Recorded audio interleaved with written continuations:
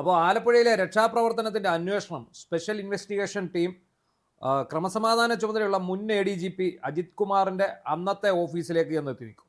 ഇതിൻ്റെ ഇടം വലം കൈകളാണ് ഇനി അങ്ങോട്ട് മൊഴിയെടുക്കാനുള്ളത്. ഈ 2 ഗ്രേഡ് SIമാരാണ് ഈ പരിപാടി മുഴുവൻ ഒപ്പിച്ചത് എന്നുള്ളതാണ് ആലപ്പുഴ DYSP SITക്ക് കൊടുത്ത മൊഴി. അതായത് അന്വേഷണ റിപ്പോർട്ട് അട്ടിമറിച്ചത്. അതായത് യഥാർത്ഥ അന്വേഷണ റിപ്പോർട്ട് വാങ്ങി വെച്ചിട്ട് ഈ DYSPയെ പിന്നെ ഈ DYSPയുടെ അന്വേഷണ സംഘത്തിലുള്ള പോലീസുകാരെയും വിളിച്ചു വരുത്തി, കേസ് എഴുതിയ പോലീസുകാരെയും വിളിച്ചു വരുത്തി അതിരൂക്ഷമായി ഹരാസ് ചെയ്ത 2 ഗ്രേഡ് SIമാർ ഗിരീഷും ശ്രീകാന്തും. കേരള പോലീസിന്റെ ചരിത്രത്തിൽ ആദ്യ സംഭവമായിരിക്കും DYSP സ്പെഷ്യൽ ഗ്രേഡ് SI ചോദ്യം ചെയ്യുന്നത്, മിരട്ടുന്നത്. അതായത് എഴുതാൻ പഠിപ്പിച്ച ആരാണെന്നാണ് ചോദിച്ചത്. അല്ല, അത് ആലോചിക്കണം. അന്ന് മുടിചൂടാമന്നനാണ്, കിരീടം വയ്ക്കാത്ത രാജാവാണ്, യഥാർത്ഥ ആഭ്യന്തരമന്ത്രിയാണ് അന്ന് ADGP MR രാജ്കുമാർ. ശ്രീകാന്തും ഒരു പേരെന്ന ശ്രീകാന്തും ഗിരീഷും ഒരു വലിയ 2 പ്രബലന്മാരാണ്. അതെ, ഇവര് വിളിച്ചു വരുത്തി. ഈ ഇതിലൊരാൾ ശബരിമല പ്രത്യേക അന്വേഷണ സംഘത്തിൽ ഉൾപ്പെട്ട ആളാണ്. ഈ ഗിരീഷ് എന്ന് പറഞ്ഞ ആള് ശബരിമല സ്വർണ്ണ മോഷണ കേസില് പിന്നെ SITയുടെ ഭാഗമാണ്. അതിന്റെ കഥ നമുക്ക് പിന്നിലേക്ക് പിന്നെ വരാം. ഇപ്പൊ ഇതിനകത്ത് സംഭവിച്ചിരിക്കുന്നത് ഈ 2 പേരാണ് ആലപ്പുഴ DYSP ആയിരുന്ന സുനിൽ രാജിനെയും അദ്ദേഹത്തിന്റെ ഓഫീസിലുണ്ടായിരുന്ന പോലീസുകാരെയും, കേസ് എഴുതിയ ആൾക്കാരെ വിളിച്ച് ADGPയുടെ ഓഫീസിലേക്ക് വരുത്തുന്നു. ADGPയുടെ ഓഫീസിൽ ഇവരെ ഇരുത്തുകയാണ്. ഇവർ ആ കേസ് കൃത്യമായി എഴുതിപ്പോയി. അതാണ് അവരുടെ പ്രശ്നം. അത് എന്നിട്ട് ഇതിനെ മാറ്റി എഴുതാൻ പറയുകയാണ്. ഇങ്ങനെയാണോ നിങ്ങൾ പിന്നെ ഒരു അന്വേഷണ റിപ്പോർട്ട് എഴുതണമെന്ന് ചോദിച്ച് വരട്ടിയിട്ട് വീണ്ടും മാറ്റി എഴുതുകയാണ്. അല്ല, അവരുടെ കേസ് ഡയറി, ആ തെളിവുകൾ, അതെല്ലാം പാടെ ഇവർ അട്ടിമറിക്കുന്നത് അത് മുഴുവൻ മാറ്റുകയാണ്. പക്ഷേ ഈ DYSP ബുദ്ധിമാനായിരുന്നു. അദ്ദേഹം ഈ സാധനത്തിൻ്റെ ഒരു കോപ്പി തൻ്റെ കൈവശം സൂക്ഷിച്ചു. തങ്ങൾ കൊടുത്തിരുന്ന ഈ സംഭവത്തിൻ്റെ ഒരു കോപ്പി തന്നെ കൈവശം സൂക്ഷിച്ചിരുന്നു.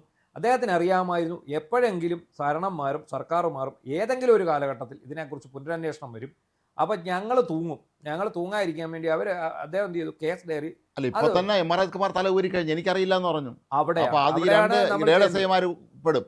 അല്ല, അതിനകത്ത് നമുക്കറിയാമല്ലോ, സ്വാഭാവികമായും ഉന്നത പോലീസ് ഉദ്യോഗസ്ഥന് വേണ്ടി വിടുപണി ചെയ്യുന്ന, അല്ലെ മന്ത്രിമാർക്ക് വേണ്ടി വിടുപണി ചെയ്യുന്ന, അവരെക്കാൾ വലിയ രാജഭക്തി കാണിക്കുക, അവരോട് വലിയ ലോയലായിട്ടിരുന്ന് എല്ലാം ചെയ്തു കൊടുത്തതിന് ശേഷം അവസാനം കുഴപ്പം വരുന്നുണ്ടേ അവര് കൈ കഴിയും. അത് സ്വാഭാവികമാണ്. വാക്കാലെ നിർദ്ദേശം കൊടുക്കുള്ളൂ, രേഖാമൂലം ഒന്നും എഴുതി കൊടുക്കില്ലല്ലോ. ഇല്ല, വാക്കാൽ മാത്രമേ എഴുതി കൊടുക്കുള്ളൂ. അല്ല, നല്ല ഉദ്യോഗസ്ഥർ പറയും, സാർ ഒരു നോട്ടിങ് ആന്നേക്കാൻ പറയും. അത് ഡോക്ടർ B അശോക് ഇടയ്ക്ക് നമുക്ക് ഇന്റർവ്യൂവിൽ പറഞ്ഞിട്ടുണ്ട്, നടപ്പിലാത്ത കാര്യം എഴുതി തരാൻ പറഞ്ഞു. നല്ല ഉദ്യോഗസ്ഥർ പറയും, വാക്കാലുള്ള ഉത്തരവ് വരുമ്പോൾ പറയും, സാർ അതൊരു നോട്ട് എഴുതി തന്നാൽ മതി, നോട്ട് അങ്ങ് എഴുതി തന്നേക്കും എന്ന് പറയും. കാരണം എന്താണെന്ന് ചോദിച്ചു കഴിഞ്ഞാൽ, ഇതുപോലെ എനിക്കറിയാവുന്ന ഒരു പത്തനംതിട്ടയിലെ ഒരു സംഭവം നടന്നു. ഒരിക്കൽ ഒരു ശ്രീലങ്കൻ യുവതിയെ പിന്നെ ഓട്ടോറിക്ഷയിൽ വെച്ച് അപമാനിക്കും.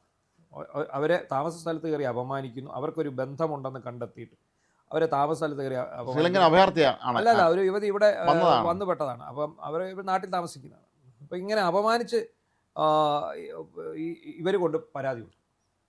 അപ്പോൾ എല്ലാവരും കരുതി ഇവർ ഫൈറ്റിന് പോകത്തില്ല, ഇവർ ശ്രീലങ്കക്കാരിയാണ്, ഇവിടെ വേറൊരാളുടെ ഭാര്യയായിട്ട് വന്നതാണ്, ആ ആൾ മരിച്ചു. അതിന് ശേഷം ഇവർ വേറൊരു സുഹൃത്തുമായിട്ട് ഒരു അടുപ്പം ഉണ്ടാകുന്നു. അത് വെച്ച് ബ്ലാക്ക്മെയിൽ ചെയ്ത് ആ സുഹൃത്ത് പോയ ഫ്ലാറ്റിൽ നിന്ന് ഇവരെ വിളിച്ചിളക്കി ഇവന്മാർ ഓട്ടോറിക്ഷയെ കയറ്റിക്കൊണ്ടുവന്ന് അവരെ ശാരീരികമായിട്ട് പീഡിപ്പിക്കുകയാണ്.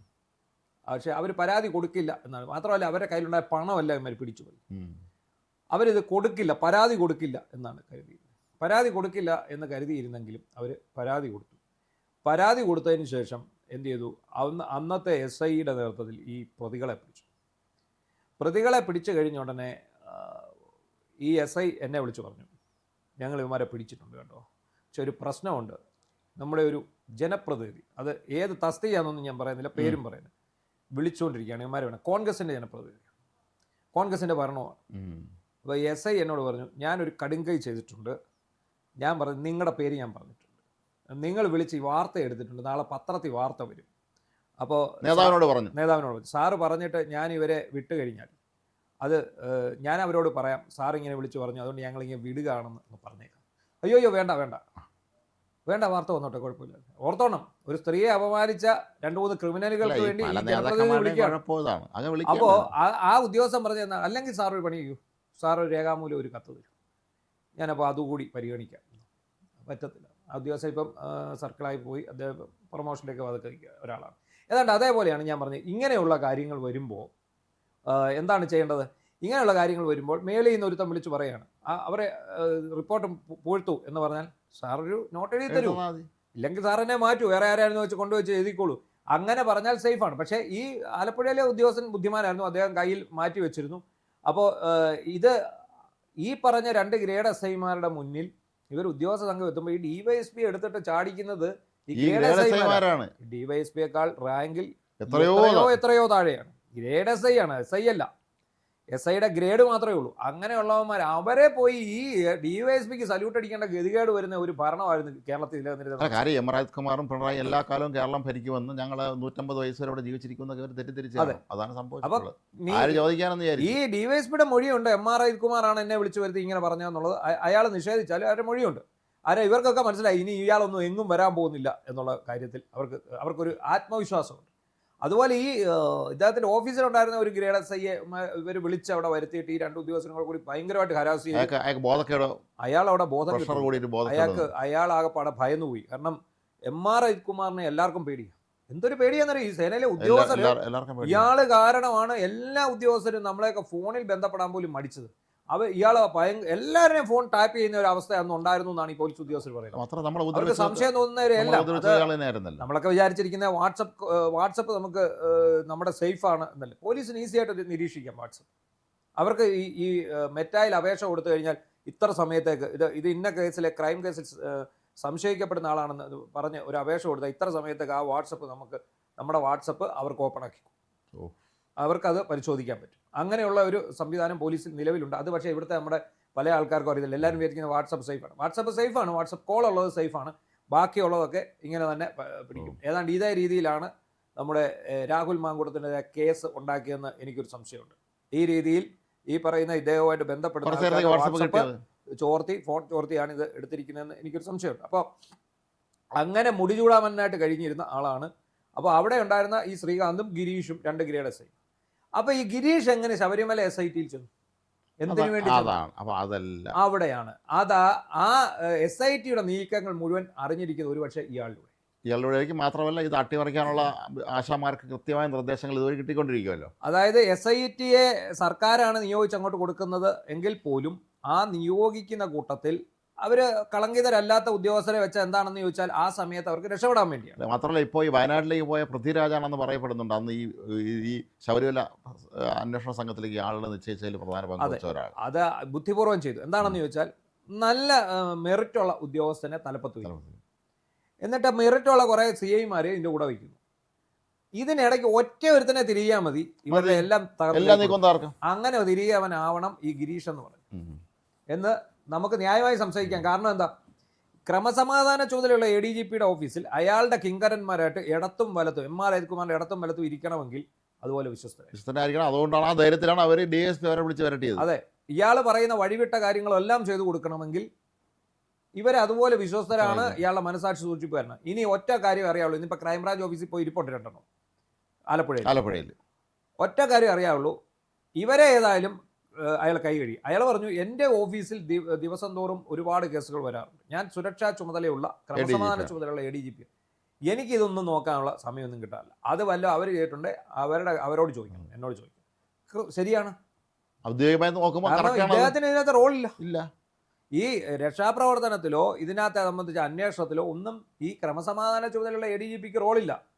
പിന്നെ എന്തിന് ഇയാൾ ക്രമസമാധാന ചുമതലയുള്ള ADGP എന്ന പദവി ഉപയോഗിച്ചുകൊണ്ട് ഈ കേസ് ഡയറി വിളിച്ചു വരുത്തി തിരുത്തിച്ചു? അല്ല, സർക്കാരിന് വേണ്ടി ചെയ്ത അടിമ പണിയാണല്ലോ, അടിമയായിരുന്നില്ല. അപ്പോൾ അതുകൊണ്ട് ഈ പദവി വെച്ചുകൊണ്ട് ഇത്തരം പദവികളിലേക്ക് നിയോഗിക്കുന്നവരൊക്കെ തന്നെ സർക്കാരിൻ്റെ അടിമകളായ അവർ മുൻഗണന കൊടുക്കും. നിലവിൽ അജിത്ത് രക്ഷപ്പെട്ട് നിൽക്കുക, അജിത്ത് കുടുങ്ങത്തില്ല. പക്ഷേ ഈ ഉദ്യോഗസ്ഥർ പറഞ്ഞാൽ കൊടുക്കും.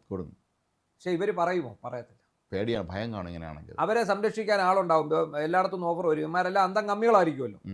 എന്തായാലും ഇവർ ആ ഒരു യജമാനോട് കൂറ് കാണിക്കുന്ന വളരെയധികം ഇതുള്ള ഉദ്യോഗസ്ഥരാണ്, യജമാന സ്നേഹം ഉള്ളവരാണ്. അപ്പോൾ സ്വാഭാവികമായിട്ടും ആ യജമാനു വേണ്ടി ഇവർ വഴിവിട്ട് ഒരുപാട് കാര്യങ്ങൾ ചെയ്തിട്ടുണ്ടെങ്കിൽ ഇവർക്ക് വേണ്ടി ഈ യജമാനും എന്തെങ്കിലുമൊക്കെ ചെയ്തു കൊടുത്തിട്ടുണ്ടാവും. അല്ലെങ്കിൽ അവരുടെ മക്കൾക്ക് വേണ്ടി മക്കൾക്ക് ജോലി കൊടുക്കാനൊക്കെ ചില സഹായിച്ചാണ്. പല പ്രവാസികളുടെ വ്യവസായങ്ങളൊക്കെ പറഞ്ഞ് മക്കൾക്ക് ജോലി വെച്ച് കൊടുക്കാൻ അങ്ങനെയുള്ള ഉപകരണം ചെയ്ത് കൊടുത്തിട്ടുണ്ടായിരിക്കാം. അപ്പോൾ സ്വാഭാവികമായിട്ടും ഇവർ യജമാനെ കൈവിടത്തില്ല. അതുകൊണ്ട് യജമാനൻ നിലവിൽ സേഫാണ്. മനസ്സിലായില്ല? അതെ. അപ്പോൾ എം ആർ അജിത്കുമാർ പറഞ്ഞതിൽ അയാൾ ഉറച്ചു നിൽക്കും. അയാൾക്ക് വേറെ കുഴപ്പങ്ങളൊന്നും അയാളൊന്നും ചെയ്യാൻ പറ്റില്ല. കാരണം അക്കാര്യത്തിൽ അയാൾ തെളിവില്ലല്ലോ. അയാളെ ഇപ്പം നമ്മൾ കഴിഞ്ഞ ദിവസമൊക്കെ കേട്ടു, അയാളെ ഇപ്പം സസ്പെൻഡ് ചെയ്യും, അയാളെ അങ്ങനെയും ഇങ്ങനെയും. അയാളെ ഒന്നും ചെയ്യാൻ പോകുന്നില്ല. എം ആർ അജിത്കുമാറിനെയൊക്കെ ഈ അന്വേഷണം എത്തിക്കാനാണ് SIT ശ്രമിക്കുന്നത്.